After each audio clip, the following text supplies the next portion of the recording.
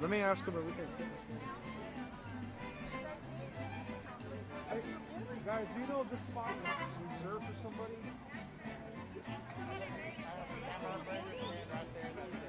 That's it? Okay. I just don't want to be in the shine. I was thinking about scooting over a little bit. That's it? Alright, cool.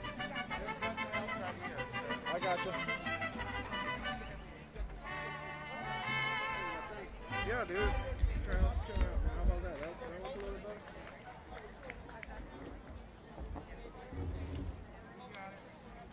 No problem.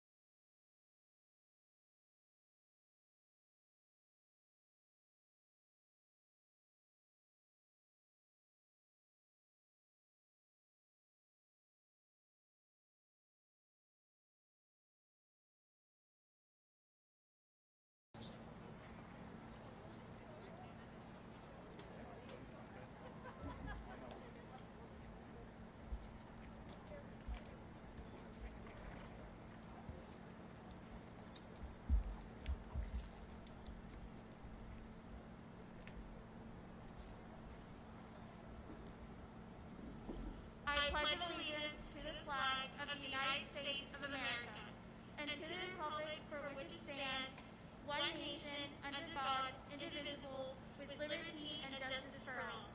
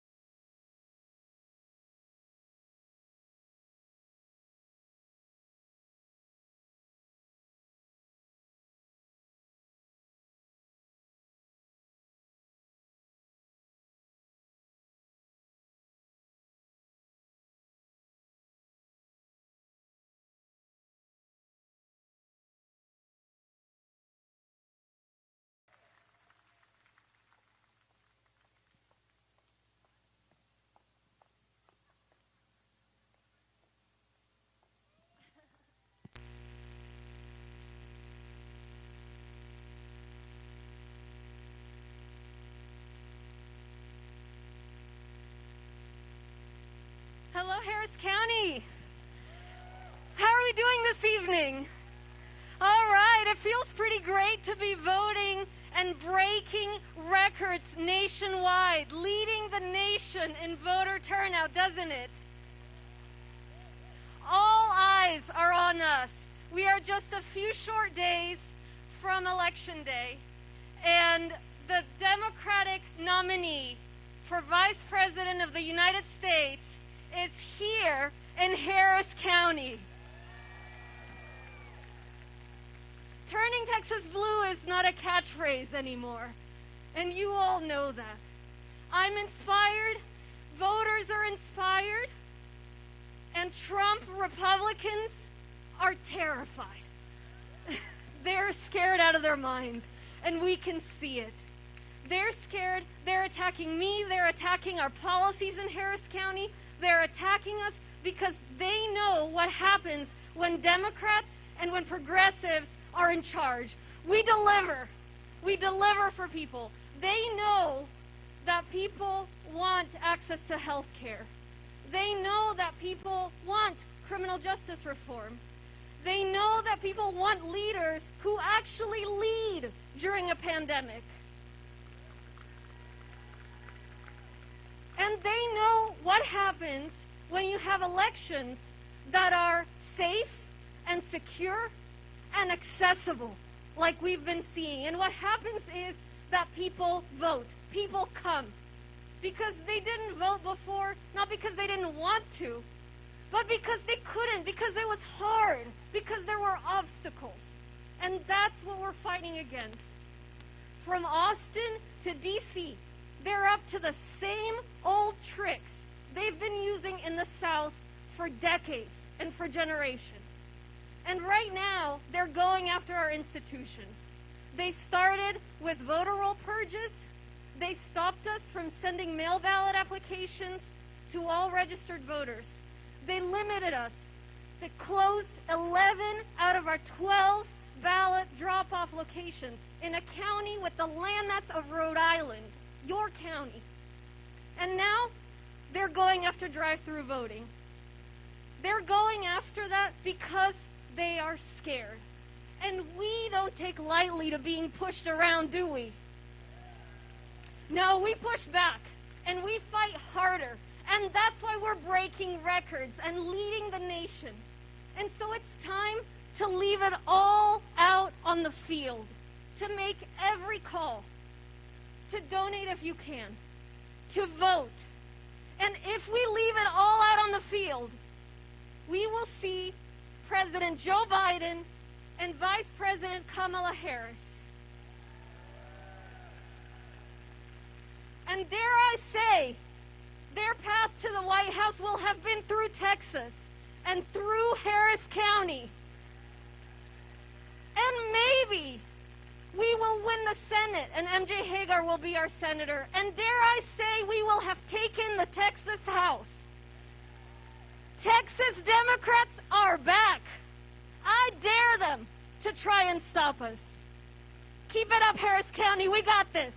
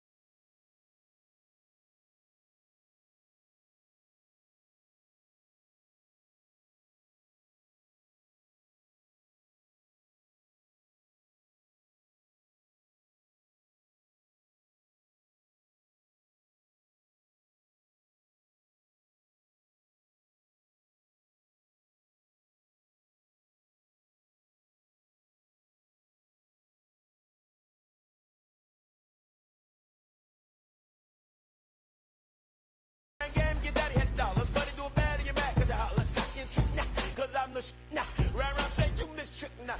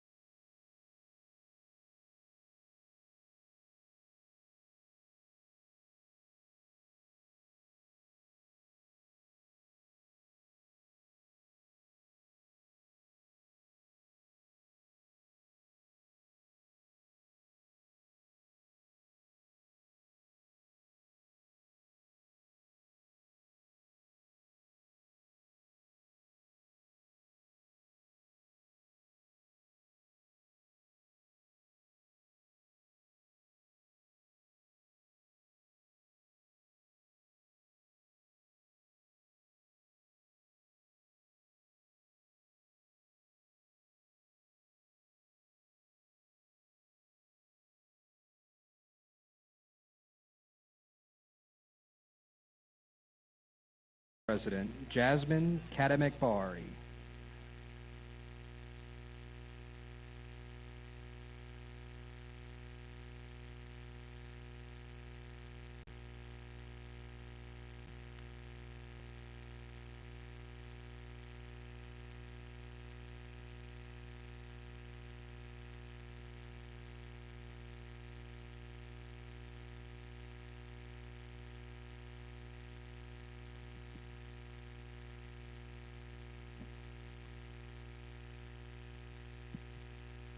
Good evening, everybody.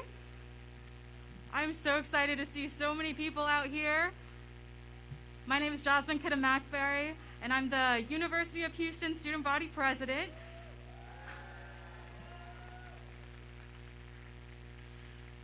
I said in my opening statement when I was running for Student Body President this past February that only at the University of Houston could a daughter of a Mexican and an Iranian immigrant from a working class family have the opportunity for higher education and to be elected to represent a diverse student body of over 45,000 students. And now, 8 months and a global pandemic later, I have the opportunity to say that only in the United States of America can a daughter of an Indian and Jamaican immigrant become the next Vice President of the United States. Former Vice President Biden and Senator Harris represent more than just an inspiration to the working class woman of color such as myself. We've seen record voter turnout in Harris County and in Texas. And that's because young people know that this election is more than just about party politics. This election is about defending basic human rights. This election day, women's rights are on the line. Rights for LGBTQ plus people are on the line. Rights for people with disabilities and those with pre-existing health conditions are on the line. The right to live safely during a global pandemic that has unnecessarily killed over 200,000 Americans is on the line. And we, the young people of the United States, are not voting simply because it is our civic duty. We are voting because our lives and our livelihood depend on it. Because we, the young people of the United States, believe in a better America. An America that is not riddled with racial violence and hatred. And we, the young people of the United States, believe that former Vice President Biden and Senator Kamala Harris will bring us an America that we can finally be proud of. So let's get out there and vote, make our voices heard, and let's turn Texas blue.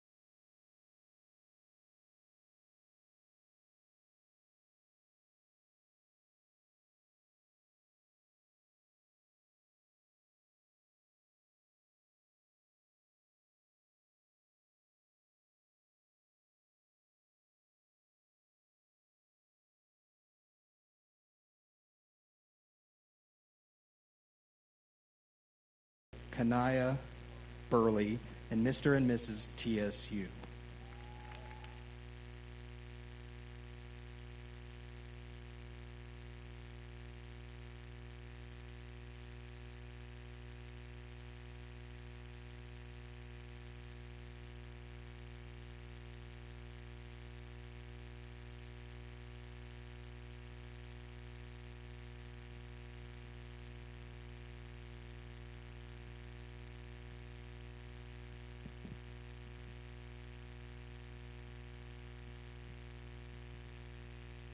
Hello, hello, hello. Can you all hear me? Greetings. Good evening, everyone. I need a little bit more noise. Greetings. Good evening, everyone. My name is Kanaya Burley, and I humbly serve as the 73rd SGA president for the illustrious Texas Southern University, and we are so grateful to be here today. In 1927, the Texas College for Negroes was founded off of the basis of ensuring that the urban community of 3rd Ward, Houston, Texas, had a place to not only acquire an education, but to also have a place they could call their safe haven, a home. Texas Southern University, like most historically black colleges and universities, has been at the forefront of the fight during times of racial injustice, inequality, and oppression. This school serves as the epitome of how HBCUs are key in the development of powerful, innovative, and forward-thinking black men and women who will soon be the future change agents and leaders of this country. As our country is going through a historical and monumental moment in history, it is key to not only focus on the horizon, but to also pay attention to the past. People of color received the right to vote 150 years ago. That may seem like a long time, but in reality, that's only 2 individual lifespans combined. Even after that, it was clear that our vote was being suppressed by people who did not want to hear our voice. So I stand here today to ask you all to not repeat history, but to be an example of what we know we are truly capable of and what we've always fought for: change. Voting is not a privilege or a necessity. It is a birthright that every individual should take pride in because it's truly our voice. At TSU, we have a saying by the late, great Dr. Thomas F. Freeman, the founder of the world-renowned TSU debate team. What we do well, and what we don't do well, we don't do at all. We are now approaching the 2020 presidential election, and our voices will be heard, and we will give this election everything we have. Thank you.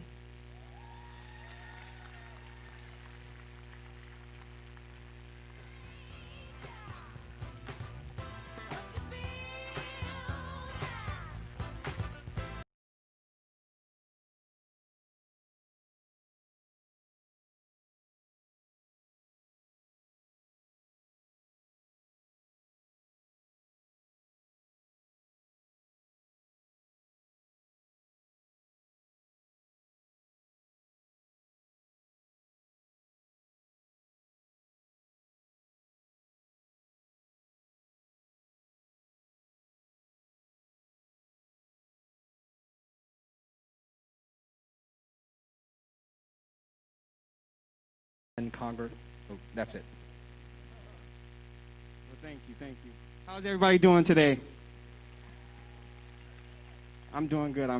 Well, my name is Tyler Smith. I have the opportunity to stand in front of you today as the National Co-Chair for Black Students for Biden and a proud student of the illustrious Texas Southern University, where everybody knows all roads lead to TSU. I would like us to all take a moment and think about the type of future we want to leave for our children and grandchildren. I want us to all ask ourselves, in 20 years from now, we'll be able to tell our children in good conscience that we did all we can do to fight for their democratic values. I want us to sit here and think we'll be able to tell our children that we fought to push back on hatred and bigotry, just like they did 75 years ago on Normandy Beach. I want us to ask ourselves, we'll be able to tell our children that we fought against hatred and made sure that every American in this country had equal access to voting rights, like my ancestors did back in the 1960s. I want to speak to my generation today. This election is our generation's call to action, and we must respond with a defiant answer. For far too long, they have told us that we are a voterless, self-righteous, selfish, and a lazy generation. And now is our time to stand up and tell them that this generation, this future, it belongs to us. And we are going to do whatever it takes to make sure that this is a future for all of us. And let me tell you something, Texas. In just 4 days, we have an opportunity of a lifetime to elect Vice President Joe Biden and Senator Kamala Harris as our next Vice President and President of these United States of America. Texas, come November 3rd, little black girls across this nation will be able to look to the highest of our nation's politics and see themselves through our next Vice President, Senator Kamala Harris. Texas, in just 4 days, we have the opportunity to elect a president and a vice president that believes in peace and prosperity for everyone in this nation. Texas, in just 4 more days, we have the opportunity to elect a president that not only believes in climate change, but will make sure that we have the necessary tools to get things done. Texas, and lastly, in the next 4 days, we have the opportunity to not only elect a president and vice president that believes in historically black colleges, but will put their money where the mouth is and make sure that we have policies to come for the future. Lastly, I want to leave you with this, Texas. Let us make no mistake what county we're in right now. Come November 3rd, Texas will change this nation and go blue and let everybody in the world know that this is Harris County. And we'll elect Joe Biden and Senator Kamala Harris as our next president and vice president of these United States of America. Thank you, and may God bless America as we restore the soul of this nation.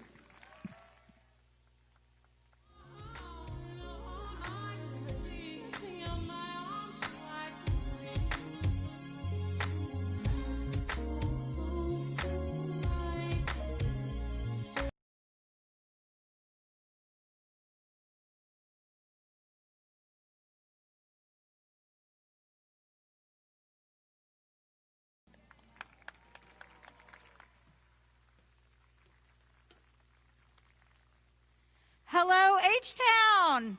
How are y'all? Everybody feeling good tonight? You should be feeling good tonight. And I am so excited to be with y'all. So it is the last day of early voting, as we all know, here in Harris County. I'm sorry, as Tyler said, we're in Biden-Harris County. In Texas, and in Harris County, we are showing people across the country how it is done.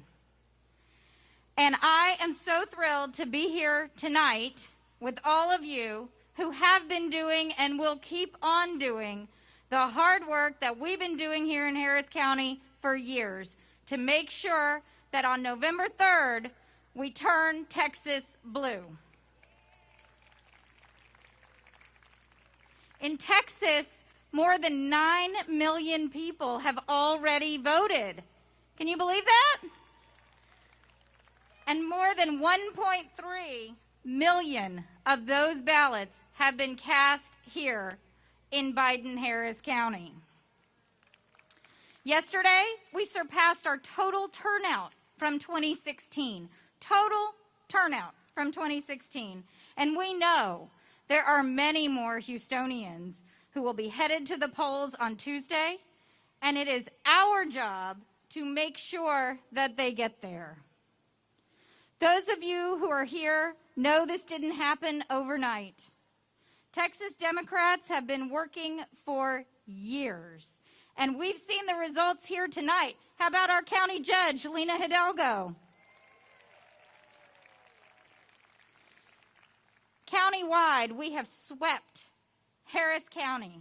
We've seen it with our new county clerk. How about a shout out for Chris Hollins? What we are seeing is what happens when you elect people who want to make it easier rather than harder to vote. And what are we doing with that? We're breaking records. Breaking records. We're breaking all kinds of stereotypes, that's for sure. And we know a thing or two about doing that. The other thing that we know, and Tyler said it so well, we are at a critical moment in the life of our democracy. and Texas is leading the charge in this fight. As someone who turned a congressional district from red to blue in 2018, I know firsthand that winning as a Democrat in Texas is not just possible, it's happening. Together with my friend Colin Allred up in Dallas, we flipped not one but 2 seats in Texas in 2018. And in 2020, we're going to flip some more. As long as we, all of us who are here, work together from this moment, from today until Election Day, to make it happen. You know, what I learned through my campaign is that electoral success takes a coalition. Texas Democrats are a coalition, and we've been doing the hard work on the ground. And what I know for sure is that the Biden-Harris campaign is a coalition. They've built a diverse coalition, a coalition that looks like America, a coalition that cares about Americans. And each of you is a key part of that coalition. And I know each of you will do everything you can between now and Tuesday to make sure that we bring home a victory here in Harris County and across the country, a victory not just for Joe Biden and Kamala Harris, but a victory for all Americans. And the thing is, we can deliver that victory from right here in Harris County, in Biden-Harris County. The Biden campaign recognizes this, which is why I am thrilled to be here tonight. I am thrilled that Senator Kamala Harris is with us here in Harris County. And she's here for the reason that we're all here, for the better future of all Americans. And we will see that brighter future on Tuesday night. Are you ready? Are you ready? All right, let's do this, Harris County. Make some new memories. When you take somebody for your own, it can't survive on history alone. Yeah. Meet me at the hotel motel. Please welcome to the stage City of Houston Mayor Sylvester Turner. Thank you so very much. Thank you. Are you excited? Are you excited? Can't you smell victory all in the air? Well, before the senator comes, you ought to just warm up a little bit. If you're excited, if there are some Democrats out here, show some sign. Come on, you can do better than that. Show some sign. Look, let me just say this. This has already been an incredible election cycle. Just like Congresswoman Fletcher just said, more people have already voted through the early process than all of those who voted in Harris County in 2016. Almost on all of the news channels, local and national, they are talking about the number of people that have voted in Texas, and specifically, in large part, it's due to what has already happened in Harris County. I want to give a great deal of credit to Harris County Judge Lena Hidalgo, to the Harris County Commissioner's Court, and I want to give a lot of credit to a young brother, Chris Hollins, the Harris County Clerk. Give it up to them. And the reason why I want to do that is that when there were those who have attempted to suppress the vote, only allowing one voter drop-off for mail ballots, even in Harris County reducing it from 12 to 1, voters have responded by saying, hell no. And they have voted like never before.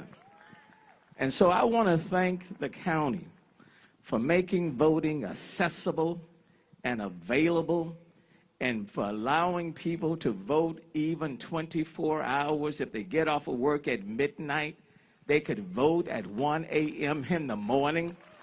And last night, nearly 10,000 people in Harris County took advantage of that. I started right here on the University of Houston campus. Started right here, go Cougs.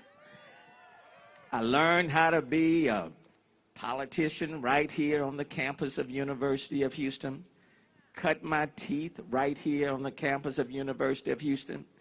Met people who became lifelong friends on this campus. And one of them in particular is a brother that I remember as I stand here tonight, Keith Wade. Keith Wade, who was a community leader and activist, a special advisor to myself and to former Mayor Nice Parker, who died of the coronavirus. And I say that because when I think of Keith, I'm thinking of over 226,000 Americans who have died because of this virus. And maybe not because of the virus, but because of the leadership, the failed leadership that has taken place in our country. Over 17,000 Texans, thousands of people right here in Houston, Harris County. But what gives me hope is I just sense something in the air that's taking place from coast to coast, from north to south. And the good news is I believe Texas will lead the way. People are getting ready and excited to vote. For the first time in a long time, a presidential contender vice president on the eve of the final day of the election is coming right here to Houston, Harris County in the name of Senator Kamala Harris. Something's happening in Texas. And maybe that's why people are choosing hope over despair, science over fiction, unity over division. People are sick and tired of being sick and tired over bad leadership. People want to change. And I believe change is in the air. Can't you just feel it? Can't you just sense something is about to happen? And I'm just hoping it is so decisive that no one can deny the results, claim that it's a rigged system. It's not a rigged system. It's just Americans said, hell, we've had enough of being sick and tired of being sick and tired. We've just had enough. And so I'm just encouraging everybody to all the way to the end now. What we start, we have to finish. And so tonight on this campus, I want to thank this young generation. I put forth this Mayor's College Challenge. Let me thank Texas Southern University. Let me thank Rice University. And let me thank University of Houston. Let me thank this young generation for voting more than twice what they voted in 2016. And so, let's make it happen. Tonight we're going to bring to the stage an AKA, Alpha Kappa Alpha sorority. And I'm just proud to be standing here as A Phi A, an Alpha, to welcome my sister to this stage later on tonight. So come on, do you feel it? Are we gonna win it? Then show some sign, okay? Let's make it happen. November the 3rd, the last day to cast your ballot, November the 3rd. Let's make it happen. Please welcome to the stage, Infuse Performing Arts from Houston, Texas.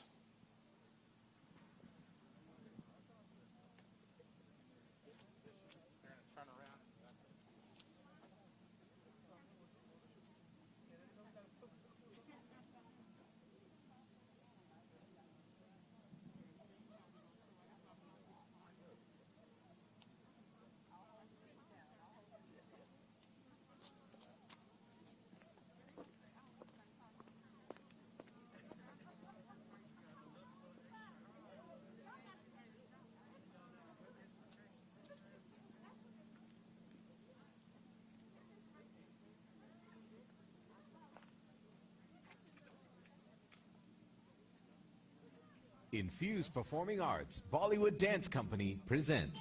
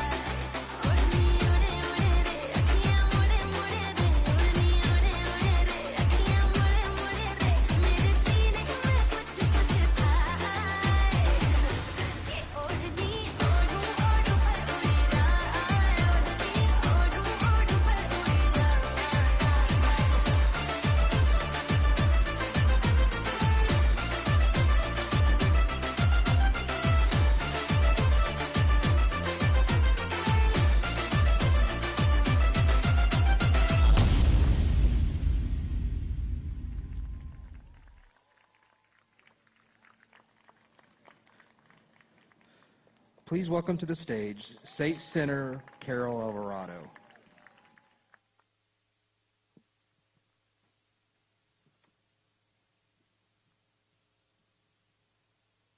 Good evening. It is good to be on this campus. Go Cougs! I know I see a lot of Cougars out there, some U of H alumni. Well, we're in the home stretch, y'all. The final weekend. Or as Trump likes to say, we're turning the corner. We're rounding the curve. You bet we are. We're rounding the curve onto victory. We can't let our guard down. We have to keep working until Tuesday, until 7 o'clock. Now, Donald Trump and the Republicans are up to their old tricks again. They've taken out their playbook of lies, but guess what? It ain't working.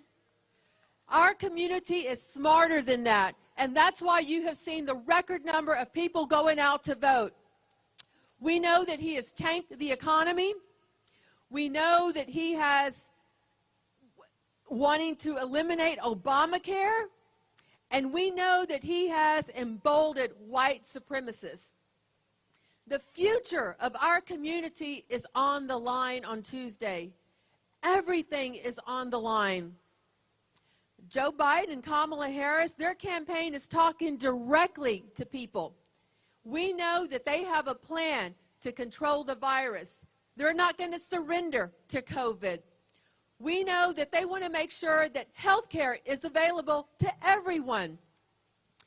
We know that they're going to rebuild our economy. That includes raising the minimum wage to $15 an hour. They will bridge the equality gap and make sure that women and people of color get equal pay for equal work. Long overdue. Joe Biden and Kamala Harris, they will lead the way on eliminating racial injustice. They will stand with our LGBTQ community and pass the Equality Act in the first 100 days in office. The next 4 days are critical. We need to make sure that every family member, every friend, shoot, call up your old boyfriend too. You can even, I'll even give the icebreaker. You call him up and you say, hey, how's your 2020 going so far? We know that Trump likes to call women monsters. Well, you know what? It's Halloween weekend. So I say, let's get out there and have a monster turnout on Tuesday. We also know that Trump likes to call women nasty women. Well, guess what? This nasty woman is going to work to make sure that we get all nasty women around the country to grab Trump by the ballot. So look, y'all, this is it. Everything is on the line. We are on our way to victory. We have broken records that you can't even imagine. And isn't it wonderful when you turn on the TV and they're talking about Texas in such a positive way, that Texas is the largest battleground state in the country. And as Texans, we are going to elect Joe Biden and Kamala Harris. Thank you.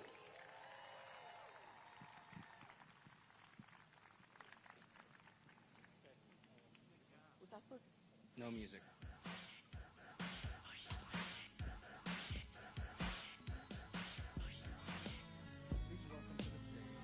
Please welcome to the stage County Commissioner Rodney Ellis. Hey, don't give up. You know how long we have waited for this? You have any idea how long this has taken? Harris County is important. This county has a population larger than 26 states. On our best day, we could be 25% of the total vote in Texas. It's important. This state has been purple for some time. It's never really been a red state. This is a blue state that didn't vote. And they did everything they could to make it difficult for us to vote. But as Mayor Turner said, people were mad as hell and they're showing up anyway. Do you know how long it has been since a vice presidential nominee on the Democratic side has been in Houston, in Harris County, on the eve of an election? I do.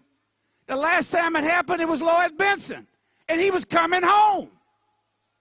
It is a significant indication of how far we have come for Senator Harris to come back to Harris County, Houston, Texas, on the eve of an election.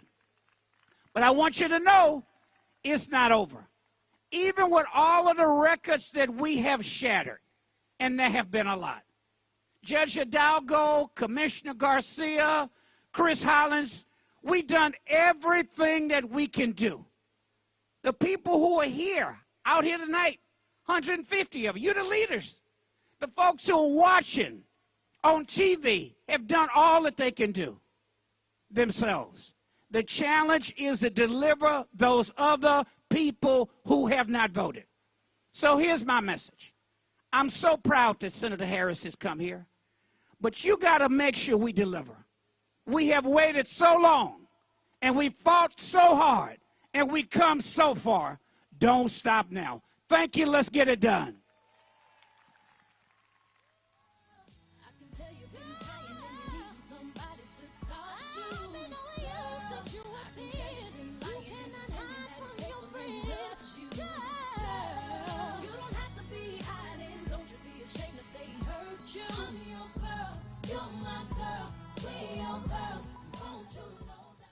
Please welcome to the stage Congresswoman Sylvia Garcia.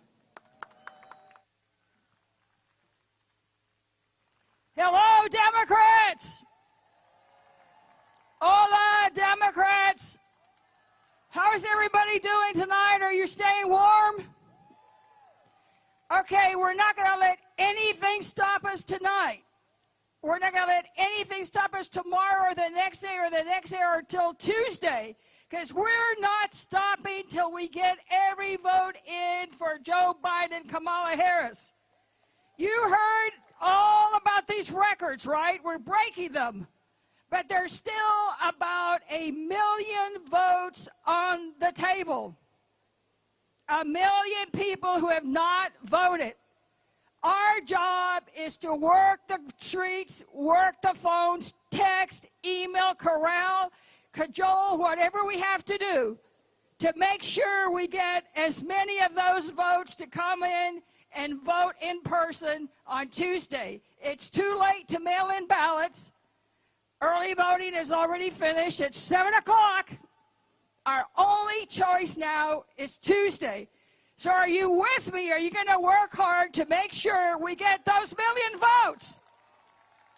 And let's make sure they all vote for Joe Biden and Kamala Harris. Because as all my colleagues have said, a lot is on the table. We need to make sure that we work hard the next 4 years, 4 days, to tell him he ain't going to get 4 more years. Because we're going to work our asses off the next 4 days, because we're going to tell him 4 no more. And we're going to tell him what a senior told me, and I'm going to tell you the story. She said it in Spanish, but I'm going to translate. I know this is Texas. A lot of us are bilingual, but some of us are not. She said to me during the impeachment trial, y'all remember I was an impeachment manager. She said, ¿por qué hacen el impeachment? Yo no quiero el impeachment. Yo mejor quiero darle la bota con mi voto. Now, some of y'all got it. This senior, I swear to y'all, she was about 74 at one of my senior centers. She said, why are you doing the impeachment? You know, she said, we're proud of you, blah, blah, blah, blah. But why are you doing it? I want to be able to give him the boot and vote him out of office. So I want you to do it for that senior. I wanted to do it for that baby they put in the cage. I want you to do it for that person who can't get insurance because they have a pre-existing condition. I want you to do it for Black Lives Matter. I want you to do it for women who want equal pay for equal work. I want you to do it for everybody that has been shut down, everybody who's been told to be quiet, everybody's been told to go to the back of the line. I wanted you to do it for all of us, because that's what Joe and Kamala are about. They're about all of us. When they pledge allegiance to the United States and finish with justice for all, they mean all. So I want you to help me make sure that we give him the boot with your vote, just like that senior told me in Spanish. Are you with me? All right. So I want to make sure that each one of you commits tonight to work hard today, tomorrow, and the next day, and then Tuesday to get those 1 million votes that are still on the table. Let's bring it home. Let's work our asses off until we make sure that we tell him no more. Enough is enough. Thank you all very much. Keep working hard. God bless.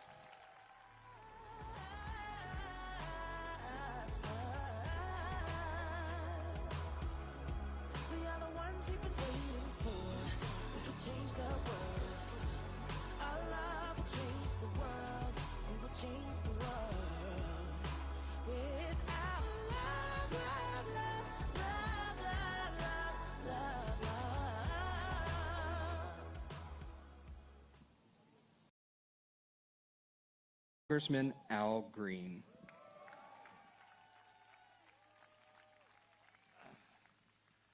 Thank you very much, everybody. I have a question. I have a question. And this is the kind of question that has to have a significantly loud response. Here is my question. Do you want to win?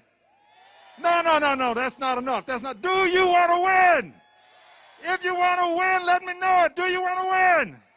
If you want to win, stand up and show it. Let me hear you. Do you want to win? All right. Let me give you a little bit more of an incentive to indicate that you want to win. In 2009, I was in Washington, D.C. I was on the mall. And I saw a man raise his right hand. It was a cold day. When he raised his right hand, I saw the Chief Justice of the Supreme Court stand in front of him. And when that man lowered his hand, the Honorable Barack Obama became the first African-American president of the United States of America. I was there, I saw it. So I ask you now, do you want to see something happen? If you want to see something happen, you know you got to vote. Do you want to go to Washington, D.C., January 20th, 2021, A.D., and do you want to see a woman raise her right hand? Do you want to see her raise her right hand? Do you want to see a man or a woman raise the right hand in front of her and give her an oath of office? And do you want to see her lower her hand and become the first female president of the United States of America? You know what? I thought you would want to see it a little bit more than that. Do you want to see two people hold office, the Honorable Joe Biden and Kamala Harris, who will reunite those 500 babies with their parents? Do you want to see two people in office, president and vice president, where African countries won't be called S-hole countries? Do you want to see a man who's already said that he is appalled that someone said that there are some very fine people among those in Charlottesville who were screaming, blood and soil, Jews will not replace us? Do you want to see a person hold office who's going to do away with the Muslim ban? Do you want to see a person in office who is going to say and let you know that Black Lives Matter? So if you want to see all of this, what do we have to do? I can't hear you. What do we have to do? I can't hear you. What do we have to do? Are you going to vote? Let's take everybody with us. Stand up and show it. God bless you and God bless the United States of America. Let's vote, everybody. Come on now. Let me hear you say it. Let's do it.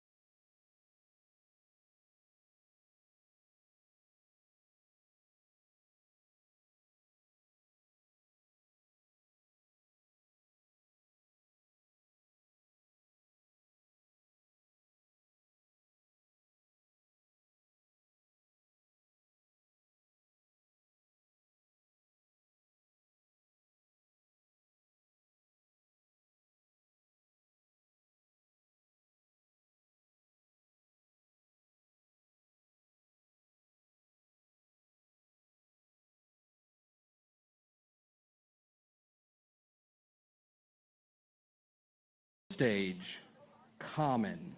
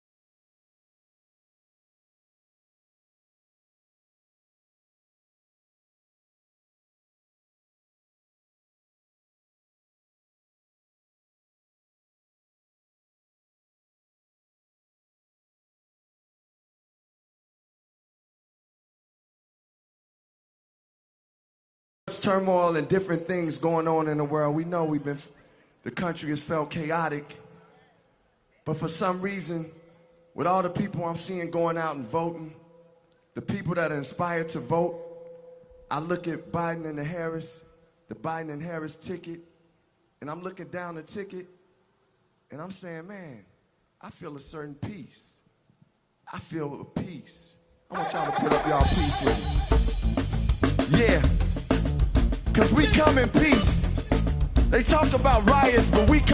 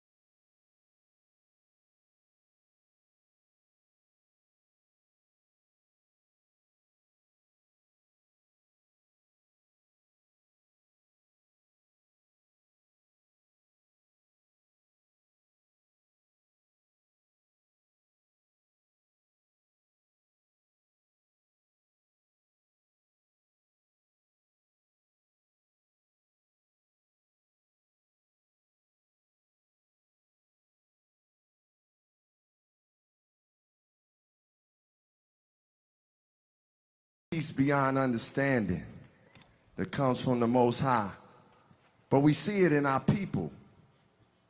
And one thing I've really been inspired about when I've been on this trail of just meeting people, different candidates, is that I'm meeting candidates on the Democratic ticket that are standing for the people, that really reflect the people.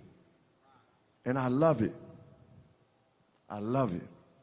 So we're going to do this one. Where my people from Houston at right now? Where my people from Houston? My people from, whether you from the 3rd Ward, Detroit, 5th Ward, Mo City, Sugarland, Sunnyside, I'm gonna do this for my people. Yeah.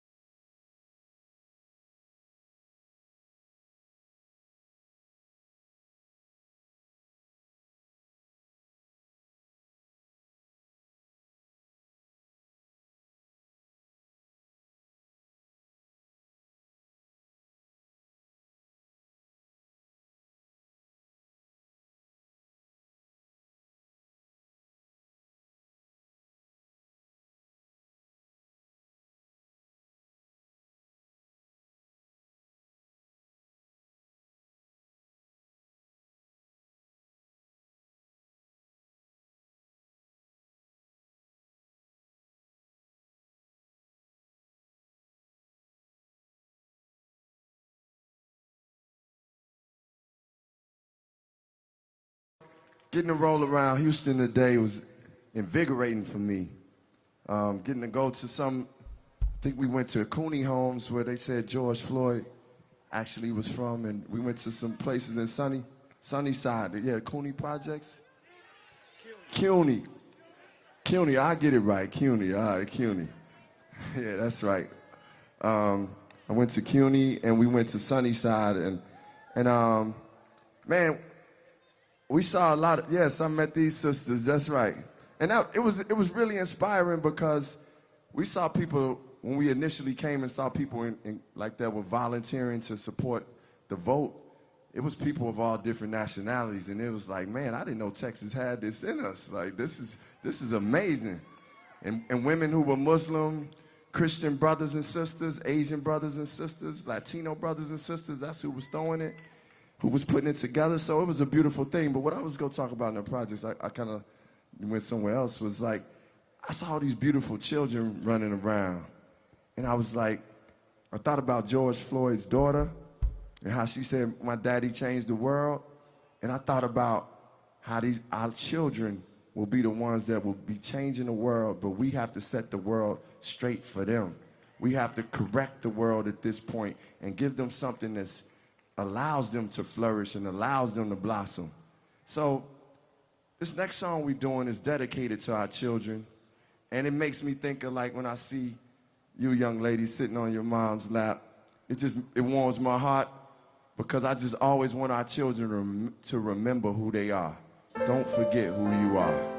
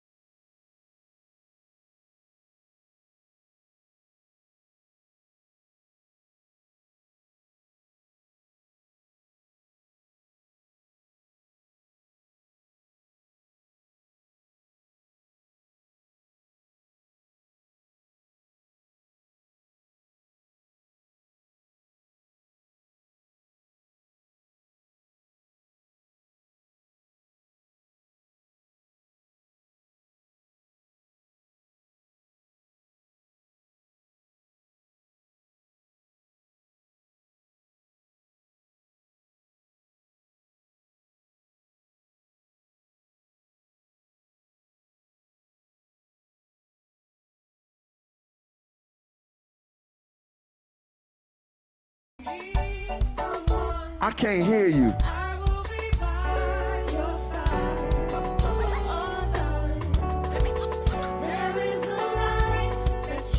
Keep the music going. I need y'all to clap your hands with me one time.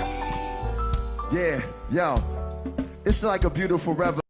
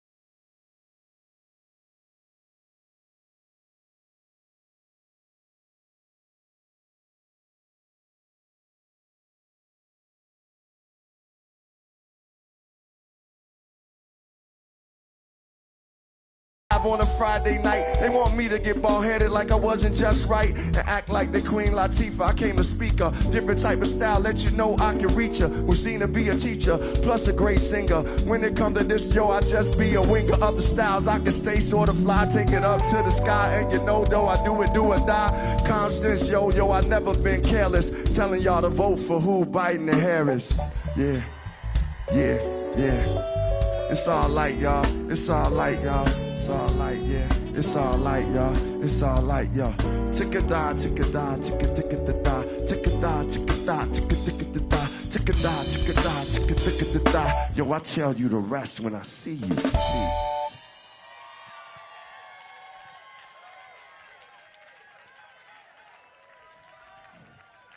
As we, thank you, I love you all, I appreciate you all. And I appreciate all you elected officials and people that's running that's truly going to represent us in talking about criminal justice reform and not only talking about it, but planning it. Planning ways to get black economic justice and brown economic justice and allowing us to feel a part of the process too. As we go out and vote, we are going to hold you accountable.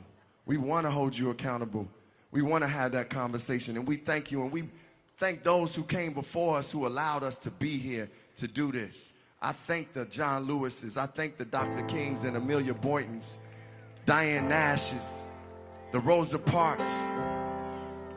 I thank them and honor them. And thank you. And as I think about the ancestors, I also think about the present and what we want to create for our future. And the more I learned about this word is something powerful that where we show our best selves. That's what this word means, glory.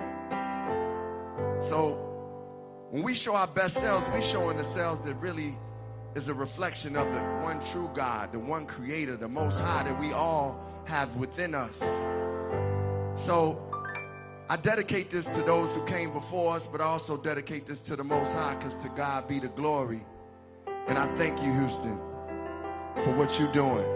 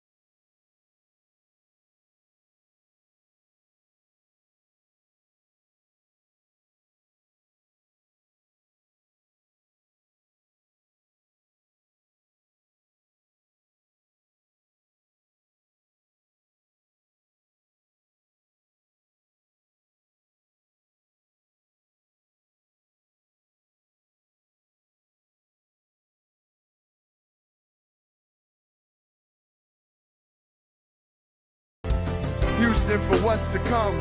Texas, we thank you. Let's change the world. Biden and Harris, we holding you up high. We keeping our prayers in and we doing the work. We love you. God bless.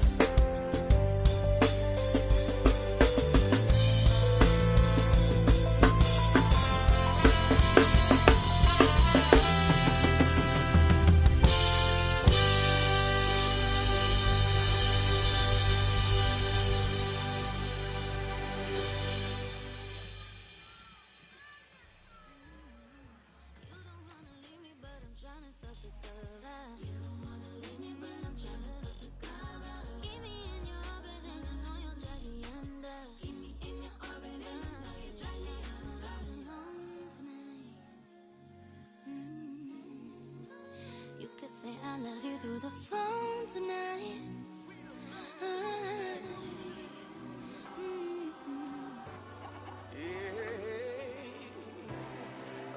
DJ Khaled. You keep taking me higher and higher. Yeah. But don't you know that the devil is a liar? I know they'd rather see me down, put my soul in the fire. But we keep going higher, higher. My granny 88, she had my uncle in there. I miss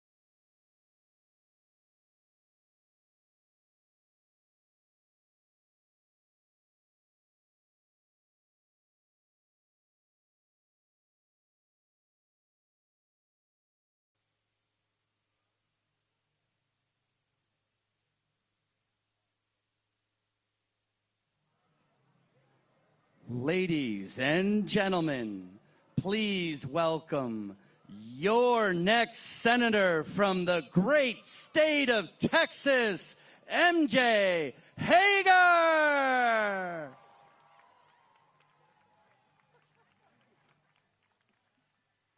How's everybody doing? Oh, that was wonderful, wasn't it? God, I gotta tell you, that touched me. That touched me. That touched that spark of hope in me that says, I love this country even when she breaks my heart. You know that? You guys hear this? You hear this over here? Guess what we're going to do? We're going to fight for their access to health care, too. They don't know it yet. They don't know it yet. That's okay. I got to tell you guys, I'm in this fight because I love this country. I lost my dad to a workplace accident when he was only 49 years old. And then I joined the military and risked my life in my job. And now we've got frontline workers across this country, teachers, healthcare workers, people keeping our grocery stores stocked. And our country is asking them to keep moving and to keep risking their lives to keep our country moving forward. But we're not giving them the support that they need. Luckily, we have voices like Senator Kamala Harris in the Senate fighting for us. But we need her in the executive branch, don't we? I'm looking forward to working my tail off to go there and continue that fight while she moves over to the executive branch. I want you to think about why she's here, though. Why is she here? She's here because Houston is more populated than 15 states around our country. She's here because you're the most diverse city in the nation. Because you're critical to our economy and our national security. But you know what? Those things have always been true. You know why she's really here? You. She's here because you voted in record numbers, because you worked your tails off getting other people's to the polls.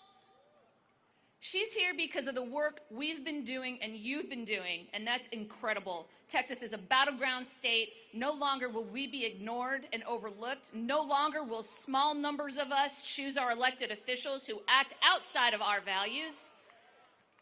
She's here because of you. I want you to think about a world in which you wake up on November 4th with a Democratic senator and a Democratic White House, a Democratic president and vice president, a Democratic majority in the Senate. Think about that moment, waking up in that moment, because I got to tell you, the first thought I have is, whoo, we got some work to do. We got work to do. We have a few years to extend access to health care for people, to get our immigration system more in line with our American values that honor the pursuit of happiness and the American dream and opportunity that is denied to too many right now. We've got work to do. We've got to fight systemic racism. We've got, we've got to create jobs. We've got to build back our economy, the backbone of our economy. You think it's the wealthy special interest corporate donors or the regular hardworking folks like us that's going to bring back this economy?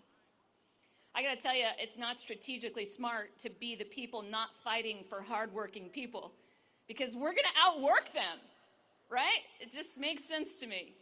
We're going to outwork them. We've been outworking them. That's why we're setting records. And I got to thank you for that, because we are in a position to do some real good. So it's November 4th. We got a lot of work to do.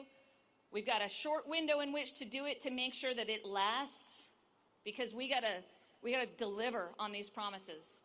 I am so honored to grace this stage with a couple of my heroes tonight. One is coming up after me, Congresswoman Sheila Jackson Lee, who charged me with being the job-creating mama.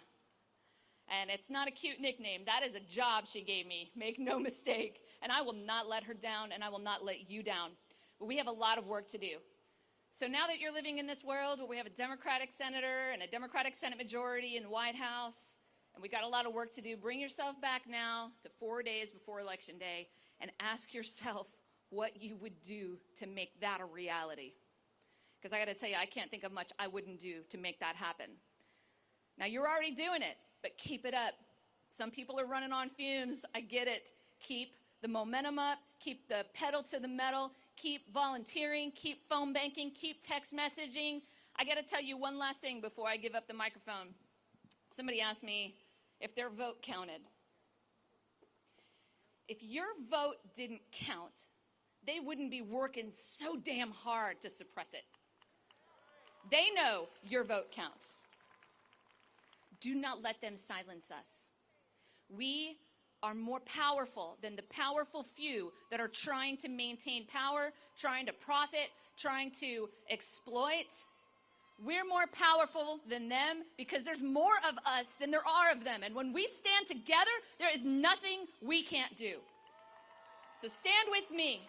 Stand with Senator Harris and future President Biden, because we're asking you for a job, and in return, if you hire us for these jobs, we're going to turn right back around and build back our economy and bring jobs to your community.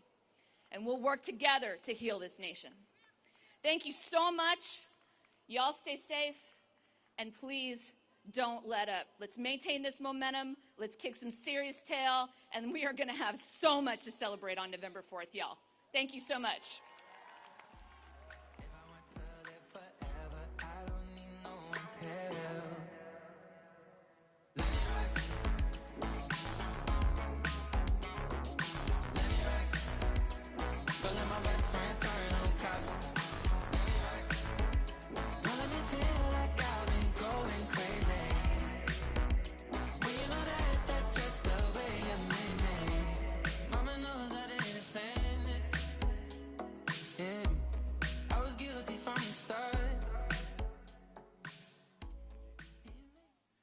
Ladies and gentlemen, please welcome your hometown Congresswoman here at the University of Houston, Miss Sheila Jackson Lee.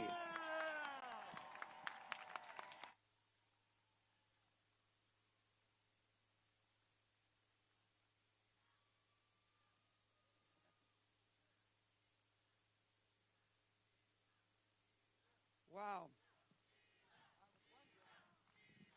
I was wondering, where were all the Democrats? I needed to hear some noise.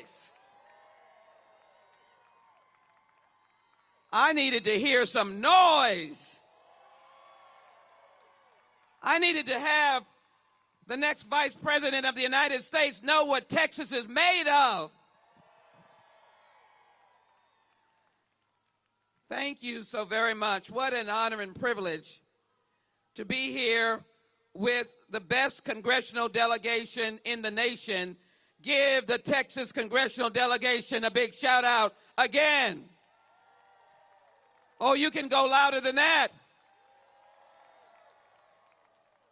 And we're delighted to have Seema Langevaren. Thank you. Seema is here. I saw she had on a pretty pink suit. Give her a very big hand. There she is, on the way to victory.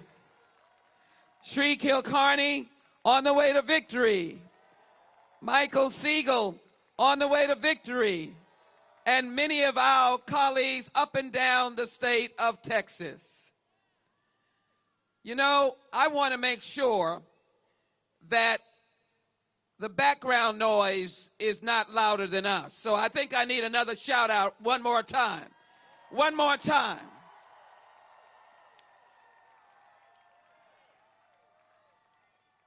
Let me give you a moment to be able to understand the significance of this historical moment. Just imagine whether or not when the song Impossible Dream was being written and sung, would they have imagined the state of Texas in 2020, long in the squalor of red states, to be able to be on the precipice of turning this state blue and electing the next president and vice president of the United States? Somebody needs to be happy about that. And so this is about the impossible dream. But we could not be where we are if we didn't have all of you who are volunteers. And I want to give you a shout out. Thank you so very much. We would not be where we were without the outstanding election officials that have provided for 3 weeks of early vote, even tonight, finally ending at 7 p.m., to allow the opportunity for 24-hour voting. We would not be where we were. Give them a big shout out. And so I want you to be able to know the impossible dream is right in the midst of our hands. And this outstanding historical moment, would you imagine that in the impossible dream, they thought that the presidential nominee would be one of Southeast Asian heritage and African American woman by the name of Kamala Harris. Would the impossible dream have ever imagined that? Would they have imagined that it would be a young man growing up in the roots of working class America? Would they have ever imagined that? Would they have ever imagined that they'd come to a city like Houston that is the face of America, with people coming from all walks of life, from all communities and all nations, a multicultural community? Could they have ever imagined that? And would they have ever imagined that Texas Southern University and the University of Houston would unite together tonight with their student leaders coming together to make this a unity event? Texas Southern University and the University of Houston working together. Would they have ever imagined? And so if you think this journey is over, it is not over. We have one more day of election, but 3 days of getting people to know that they've got to vote and vote early, people to know that they have to drop off their early vote, don't mail it, their mail ballot, bring it to the necessary location. If you've got your mail ballot now, you need to deliver it yourself, because we can't lose one single vote. So Kamala Harris represents a strong and astute woman who, in the midst of confusion, brings clarity. Someone who never gives up, never gives out, never gives in, brings a heritage that is unique, knows that she's a scholar, an attorney, a district attorney, but she has the compassion and the infectious laugh to embrace us all. So tonight you're going to get a double treat. One of our hometown sisters will be here in just a moment, but I wanted us to focus on the impossible dream. No one thought that Texas could turn blue, and everyone is trying to pull us down. I tell you, I'm never going to give up, never going to give in, and never going to give out. We're going to win this state and work as hard as we can. This is our impossible dream. This is our mountain. This is our time to take the trees. And so my challenge is that the sounds that are coming from there are protected by the Constitution. We as Democrats believe in the freedom of speech, but we also believe in the power of our own conscience and self-worth, and the need to protect the most vulnerable and to eliminate children in cages. We want to get rid of someone who doesn't understand that 200,000 plus dead is a big deal. And we want to fight COVID-19 and win against COVID-19. So, ladies and gentlemen, I wanted to remind you that when that song was written, they had no idea about this historical moment. And I'd like you all to be in the annals of history. A state that has not seen blue for almost half a century. And a state that they imagined that could never happen. They didn't know that we were all a potpourri, a mosaic, from Black Lives Matter to individuals from respective communities, from Latinx to African Americans to Asians to different religions. That is Texas. And they know that our historical record with some of the greatest Democrats in the nation, our history is already set. What we have to do, council members and elected officials and Mayor Turner, thank you for this great city, the work that you do. What we have to do is unify and make that impossible dream the headlines of the early morning of November 4th, 2020. If you will do that, if you will raise your hand with me and say that we are going to do as my good brother Common said, we're going to have one day when the glory comes, it will be ours. Somebody say it with me. One day when the glory comes, it will be ours. I can't hear you. One day when the glory comes, it will be ours. Ladies and gentlemen, as we hear from our wonderful sister who you're going to hear from, to bring on my wonderful Soror, and to all the Sorors out there, hello, we love you. To all of the Sorors out there, to all the doctors out there, to all of the people who have worked to give money, all of the campaign workers out there, I want you to realize that one day when the glory comes, it will be ours. Get ready for the impossible dream, turning Texas blue and never look back. God bless all of you, and God bless the United States of America. I'm looking forward to Kamala Harris, the next Vice President of the United States.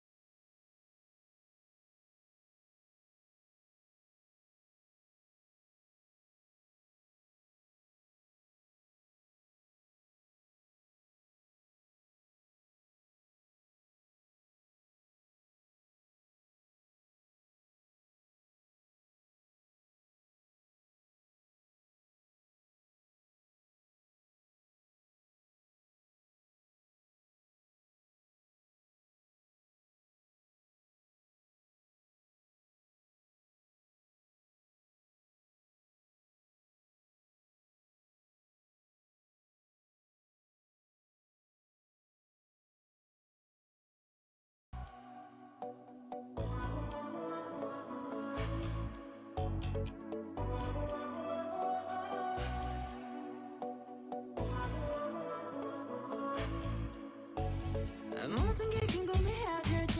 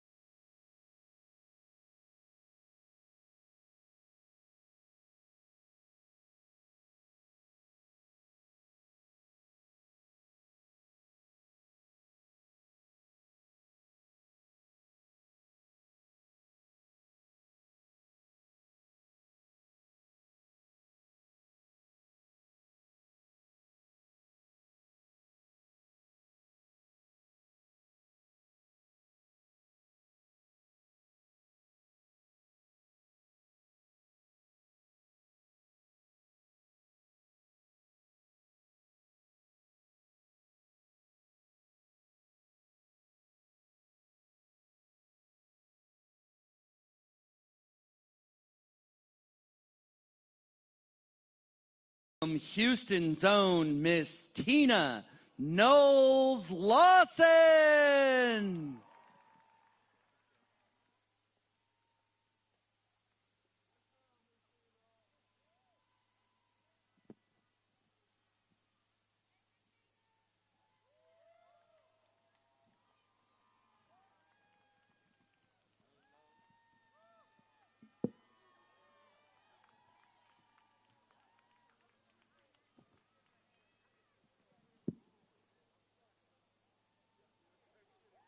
Hello, Houston. Wow, I'm so happy to be here. As soon as the plane was letting down, I just started smelling Frenchie's chicken and papados and all of that. But seriously, you know, my daughter did a video, and in the video, she called herself Miss Third Ward. And she also called me a savage, and she said she got this from Tina. Well, I'm the original Tina, and this was my city first. Love you too. You know, you guys are all the reason why we are going to finally turn this state from red to blue. Now, I know it's been a really tough year this year with all the things that have happened, but I've seen tens of millions of our people to go out, all people to go out and stand up for what is right and to stand up for justice. And that has been a blessing. I feel like in this election that our votes are our voices. And those voices will be heard loud and clear as we elect Joe Biden for President of the United States. And Senator Kamala Harris as Vice President of the United States. But first, we have to go out and vote. We've got to do our part. I've been so proud of Houston because I've been seeing the lines and the participation and the people showing up and showing out at the polls. And we have to keep that up, guys. We've got to get our family members, our relatives, even neighbors we haven't spoken to in a long time to come out and vote. And that's the reason for people like these who don't allow people to have a different opinion than theirs. That's why it's so important. They want to drown us out, but they're not going to.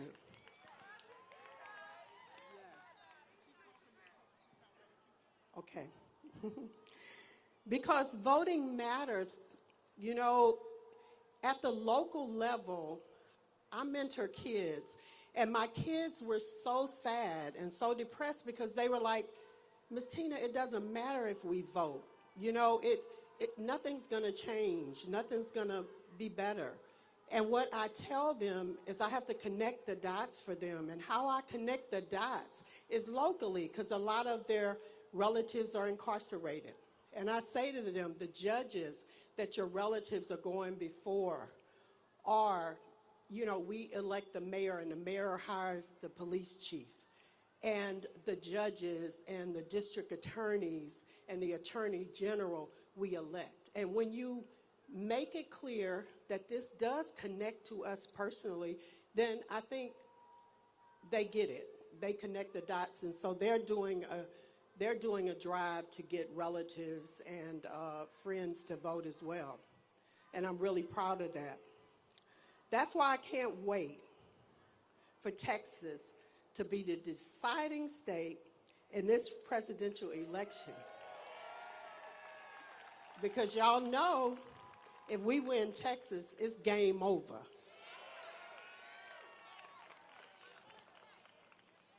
But to get there, you and I have to do our part. We must vote.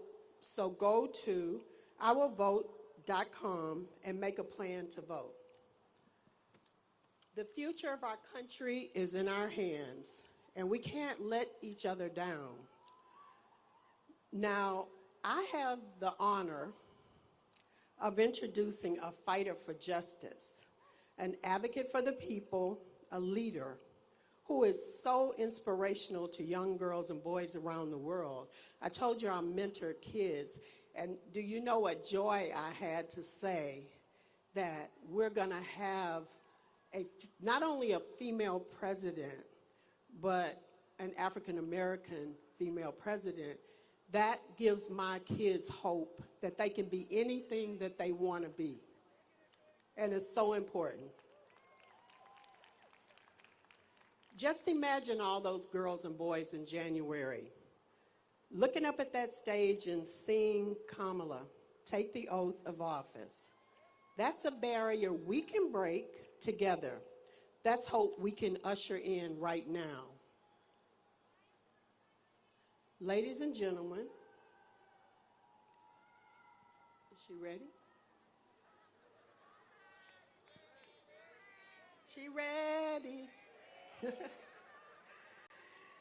Ladies and gentlemen, the next Vice President of the United States, my friend, Kamala Harris.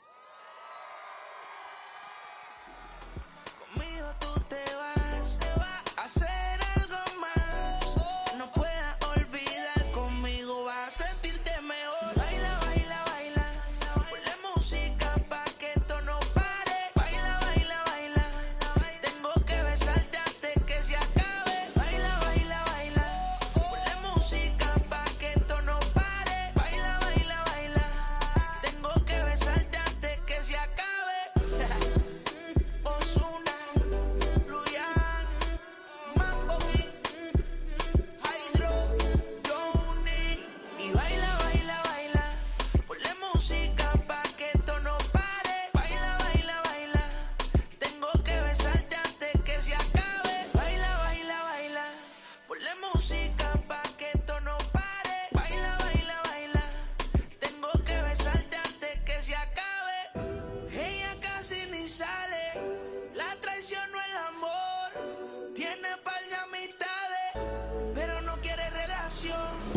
Donde va sobresale, en sus ojos se ve la ilusión.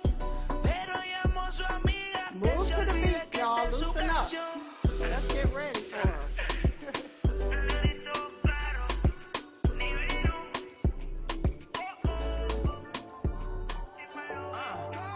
Woke up feeling like I just might run for president. Even if there ain't no precedent. Switching up the messaging. I'm about to add a little estrogen. Buy my whip, by myself. Pay my rent, by myself. Only exes that I care about are all up in my chromosomes. I don't really need you. I'm Macaulay Culkin, home alone. Bad bitch, diamonds in my collarbone. Yeah, yeah. Buy my whip, by myself. Pay my rent, by myself. Sugar, spice, and I'm nice. Show me what you made of. Crazy, sexy, cool, baby, with or without makeup. Got nothing to prove, but I'ma show you how I do. Everyone can have a seat and just relax a bit and listen and enjoy the music.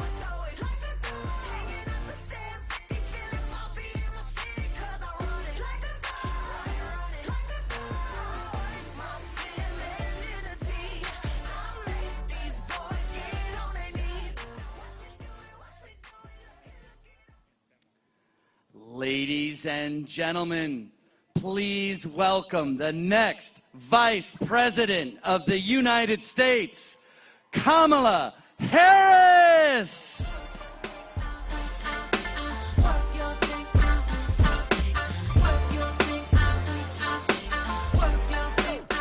There's so many of you girls, I hear you've been running from the beautiful queen that you can be becoming. You can look in my palm and see the storm coming. Read the book of my life and see I've overcome it. Just because the length of your hair ain't long, and they often criticize you for your skin tone. Wanna hold your head high cause you a pretty woman. Get your runway stride on and keep it going. Girl, live your life. I just wanna be myself. Yeah, don't sweat, don't be yourself. Follow me, follow me, follow me. Girl, be yourself. That's why I be myself. And I wanna love it. Let them get mad. They gon' hate anyway, don't you get that? Cause America.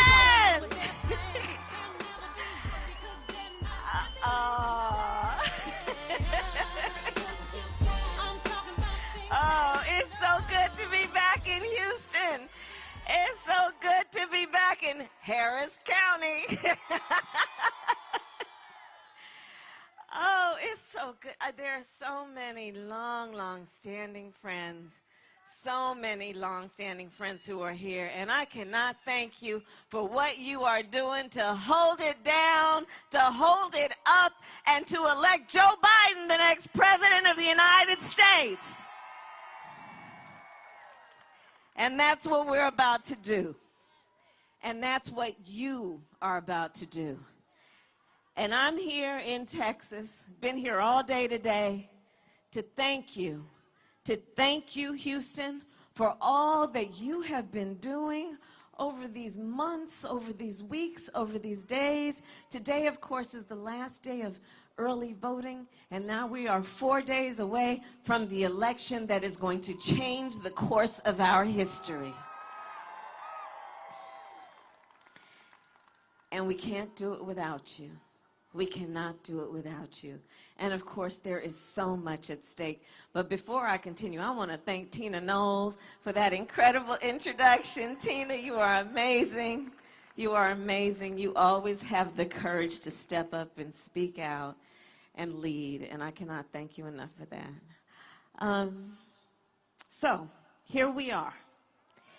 And within our power and in our hands, through our voice that will be reflected in our vote, we have the ability to make a statement about who we are as a country, knowing we are better than what we've been seeing, and that we who love our country are willing to fight for it and fight for its ideals. That's what's before us. And you know, we've been going through a lot. There are at least 4 crises that are impacting us right now as a country, all converging at the same time. We are in the midst of a public health crisis, a pandemic brought about by this virus, COVID-19, where we are looking at a public health crisis to the point that over 220,000 people lost their lives in just the last several months, many of whom tragically couldn't even be with relatives and friends, holding their hand, speaking to them in person in their last hours on earth. 9 million people who have been infected by this virus, who are going to have, by most doctors' accounts, long-term health conditions that include potentially things like lung scarring. This is, Houston, one of the greatest mass casualty events we have ever experienced in our country, probably only at the same proportion as World War II. And we have witnessed the greatest failure of any presidential administration in the history of the United States. And here's the thing about this. Thanks to a fellow by the name of Bob Woodward, we know that back on January 28th, Donald Trump was informed about what this is and what it would be. He was informed that it is a deadly virus, 5 times more deadly than the flu. He was informed that it would hurt people of every age. He was informed that it was airborne. And what did he do with that information? He sat on it. He covered it up. He did not share it with the American people.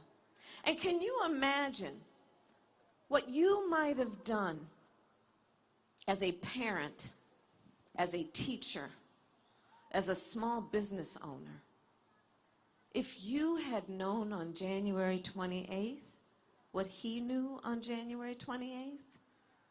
What you might have done to prepare? What you might have done to limit the harm? You know, because even before this pandemic, let's all be clear. On this issue, we know that folks weren't doing so well before. We know that before this pandemic, far too many Americans had to work 2 and 3 jobs to pay the rent and put food on the table. And by the way, in Joe Biden's America, you should never have to work more than 1 job to pay the rent and put food on the table. And even before this pandemic, we knew that far too many American families had less than $1,000 in savings. What they might have done to prepare. What teachers might have done to prepare their students. So many of our children in this country are now missing substantial and critical phases of their education. What folks might have done to prepare. To frankly just buy a couple extra rolls of toilet paper. But we didn't have the information. He covered it up. He called it a hoax. He said you're on one side of his ledger if you wear a mask. You're on the other side of his ledger if you don't. And on top of all of this, in the midst of a public health pandemic, the President of the United States, with his boy, Bill Barr, are in the United States Supreme Court suing to get rid of Obamacare, the Affordable Care Act, brought to us by President Obama and Vice President Biden, that brought health care to over 20 million people who didn't have it and covered people with pre-existing conditions. Raise your hand if you know somebody with diabetes. Raise your hand if you love someone with high blood pressure. Raise your hand if your relative has lupus. Raise your hand if you know somebody who has breast cancer and is surviving. Raise your hand if you know somebody who caught COVID. And the man's in court trying to get rid of the protection for people with pre-existing condition. Here in Texas, 10 million people have pre-existing conditions. So there is a real choice in this election on this point. Because you see, on the other hand, you have Joe Biden, who is saying, we need to expand Obamacare. We need to expand the protections for folks with pre-existing conditions. We need to bring down the cost of prescription drugs. We will lower the cost of premiums. We will bring down the age of Medicare eligibility to 60. We understand that when you're talking about health care, let's be clear, the body doesn't just start from the neck down. It also includes the neck up, and we need to deal with mental health care in America.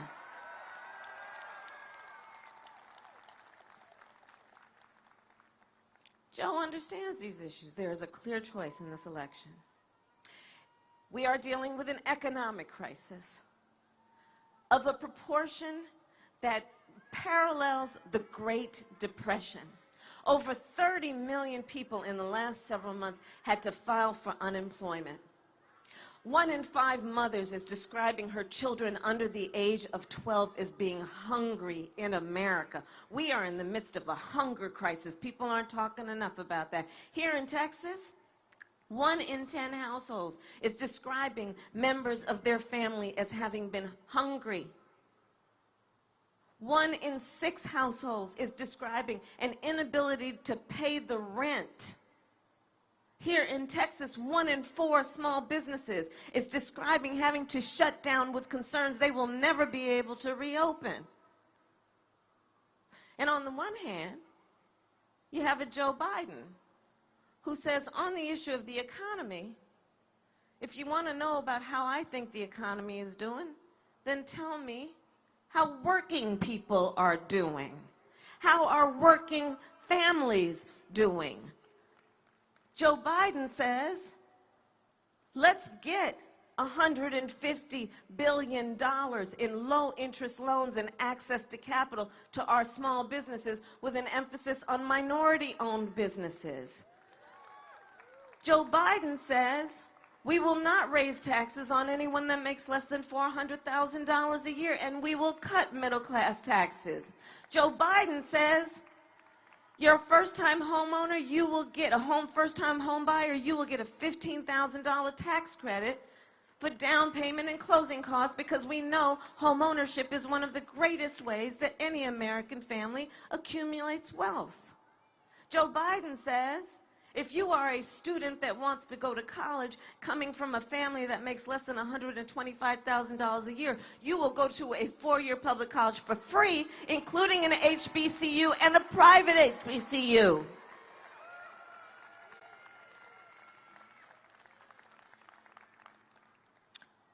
On the other hand, you have Donald Trump, who, when asked about the economy, asks, well, how are rich people doing? How is the stock market doing? To the point that one of his first, and in his mind, signature initiatives was to create a tax cut for the top 1% and the biggest corporations in America, which is going to cause us to have to deal with a $2 trillion deficit. Well, I'm going to tell you something. If we win this election, Joe Biden and I are about to get rid of that tax cut and invest that money in working families. We're about to put that money into an investment in infrastructure so we can build back up our roads and bridges. We're about to say that no family, working family, should pay more than 7% of your income in child care. We are about to say and put in place a commitment to support working families, knowing that if you want to talk about growing back up America's economy, invest in workers, invest in families, and all of us will benefit. We are in the midst of many crises. We are in the midst of a long overdue reckoning on racial injustice in America.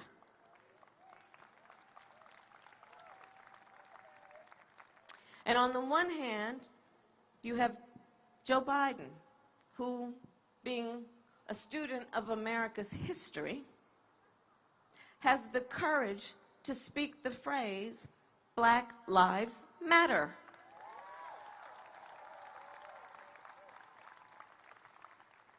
George Floyd's family is here tonight. George Floyd's life mattered. Those 8 minutes and 46 seconds. So Joe has the ability to understand that there is a long overdue reckoning taking place. Joe Biden says we need to deal with this. We need to deal with racial disparities in terms of the healthcare system, knowing that African Americans and Latinos are 3 times as likely to contract COVID and twice as likely to die from it, knowing that black women are 3 to 4 times more likely to die in connection with childbirth than other people, knowing that our Native American brothers and sisters have the highest rate of diabetes of any population in our country. Joe Biden says we need to deal with these issues. We need to reform the criminal justice system, decriminalize marijuana, and expunge the records of the people who have been convicted. We need to shut down private prisons. We need to end cash bail because, by the way, it is an economic justice issue as much as it is a criminal justice issue. Joe Biden says we've got to reform policing to the point that we all agree everyone should face accountability and consequence if they break the law. And so Joe says we will have a system that bans chokeholds and carotid holds because George Floyd might be alive today if that were the case. We will have a national registry of police officers who break the law. Why? Because it's not right that somebody can get fired one place for doing the wrong thing and move somewhere else and get hired. Joe has the courage to speak truth about this.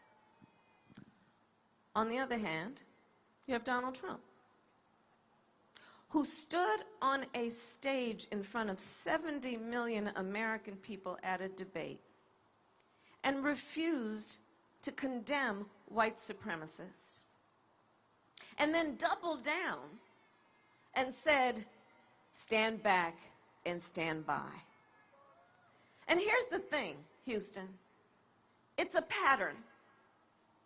Let's not forget, he came to fame as a candidate for president by questioning the legitimacy of America's first black president. Let's not forget that at Charlottesville, where there were peaceful protesters protesting racial injustice in America, where a young woman died.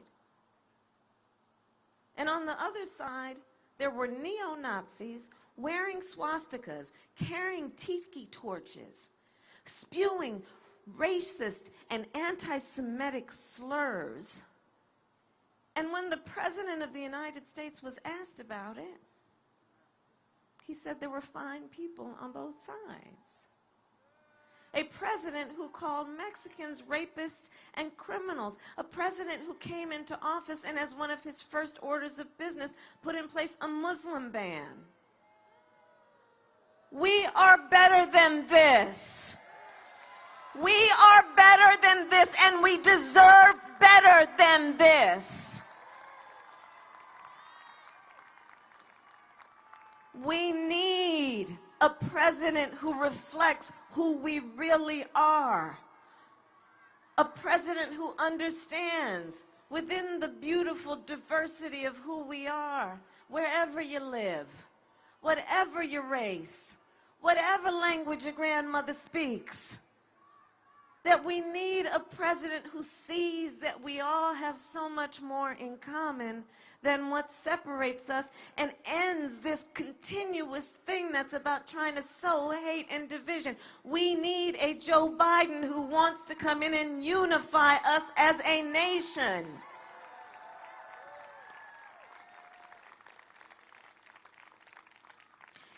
And then when we look at the crises, there is the crisis of this climate crisis, right? Now, you know, Texas knows what I'm talking about. You all know I come from California. Look, the West has been burning from California with these wildfires to Oregon to Washington, Colorado. I've met with families who've been evacuated because their homes have burned to the ground. I've met with firefighters who are fighting fires while their own home is burning. In fact, my brother-in-law is a firefighter. You look at what's happening, the neighbors to Texas in the Gulf states. We are now on the 5th named storm this year hitting the Gulf states. You know why you name a storm? Because it's really bad. So now this one is Zeta. With all due respect to my Zeta sisters. There you go. But it's a crisis, we're dealing with. In the Midwest, the storms have caused flooding to the point that farmers have lost a whole season of crops. And so Joe understands this. And Joe says, hey, we need to embrace the science. Like, let's deal with this. Let's deal with the fact it literally represents an existential threat to who we are as a species.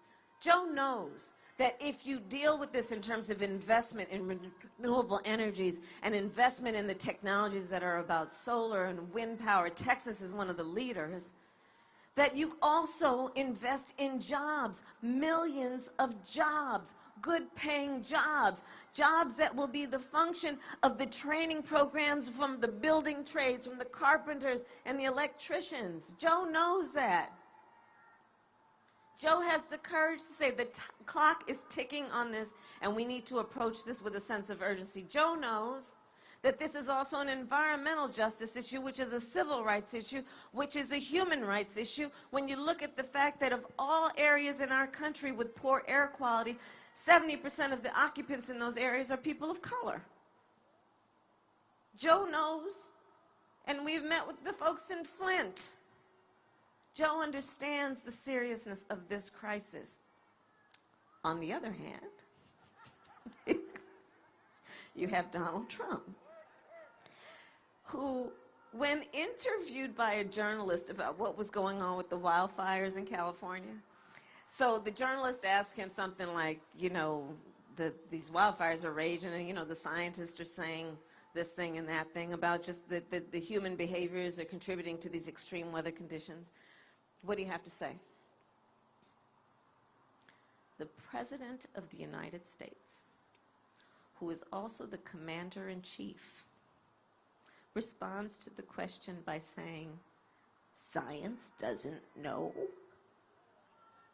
He's the President of the United States.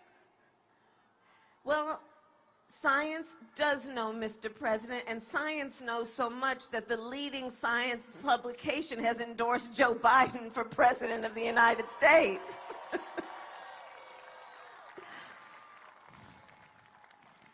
So there you go, and these are just a few of the challenges that we are facing as a nation.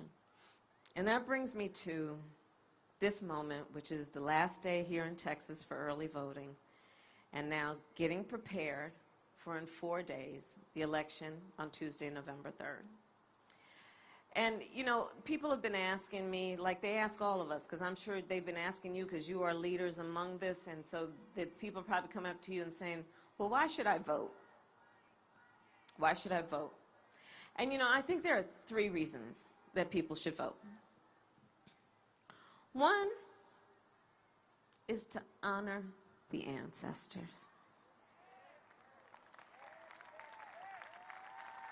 Let's honor the ancestors. This year we lost the great John Lewis, who is now among the ancestors, and who, while a hero on this earth, shed blood on that Edmund Pettus Bridge for our right to vote. Let's honor the ancestors. Let's honor the fact that we just celebrated the 100th anniversary of the 19th Amendment. And all those suffragettes in their white just marching and shouting for a woman's right to vote. And then, you know, let's always be accurate about history. Black women couldn't vote until 1965. But it's time to, and we can now. I heard that. So let's honor the ancestors. Reason 1 to vote. Reason number 2, everything is at stake. Everything. You can go down the list we just discussed. You can talk about our public schools. Joe and I are going to triple Title I funding, understanding that our children are in these schools with incredible God-given talent, but they need the resources to achieve their talent. We are going to put $70 billion into HBCUs because as a proud graduate of an HBCU, I know what they do to contribute to national and international leadership. You know. So much is at stake. It is at stake that right now there are 545 children who, because of the United States government, don't know where their parents are because of a child separation policy at the border, which is a human rights offense that was committed by the United States government. What is at stake is creating a pathway to citizenship, renewing a promise to our dreamers by renewing DACA protections. Everything is at stake. So that's reason number 2 to vote. Reason number 3. So I've been traveling all over the country. I've been in North Carolina and Georgia and Florida. In fact, I'm going to Florida when I leave here. Ohio, you name it. And all over our country, and especially after 2013 when the Supreme Court gutted Shelby v. Holder, gutted the Voting Rights Act, we've seen states, you know, at least 24 states, put in place policies and laws that have been designed to suppress the vote. In North Carolina, in fact, the court that reviewed their law said it was written with, quote, surgical precision to make it difficult for black people in North Carolina to vote. Around our country, we have seen policies and laws that have been designed to to make it hard for folks to vote. You know, here in Texas where they pulled up the drop boxes, and so in Harris County with 11 million people, there is one drop box. Are you kidding me? In states where if people vote by mail, well, you got to fill out the ballot, then put it in one envelope, then you got to be sure to put it in the second envelope, and then be sure you sign that envelope or get somebody to sign it for you. The President of the United States on the debate stage, who openly solicited voter suppression, and not to mention, they're messing with the post office. I mean, the post office. Rodney Ellis, where are you? The post office. Like, the nicest people work for the post office. They're messing with the post office. And so all of this has to lead us to ask the question, why are so many powerful people trying to make it so difficult and confusing for us to vote? And I think we know the answer. The answer is because they know our power. They know our power. They know our power to stand up and exercise our voice through our vote. They know that we know that when we vote, things change. They know when we vote, we win.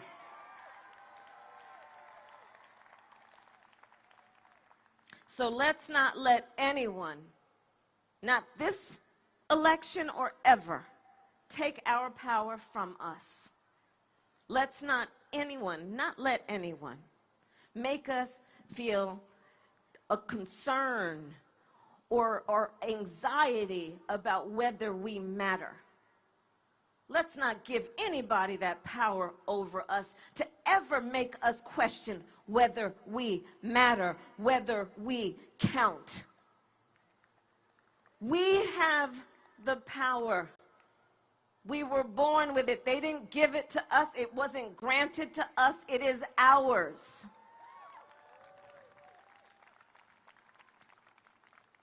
So we know what we have to do. We have to get everybody out in 4 days on November 3rd, that Tuesday, and make sure that, especially during this pandemic when people are feeling alone and we got to social isolate and people are wearing a mask so you can't really see their full face and you're just feeling like, I don't know, feeling kind of alone. Let's remind people they are not alone and we are all in this together.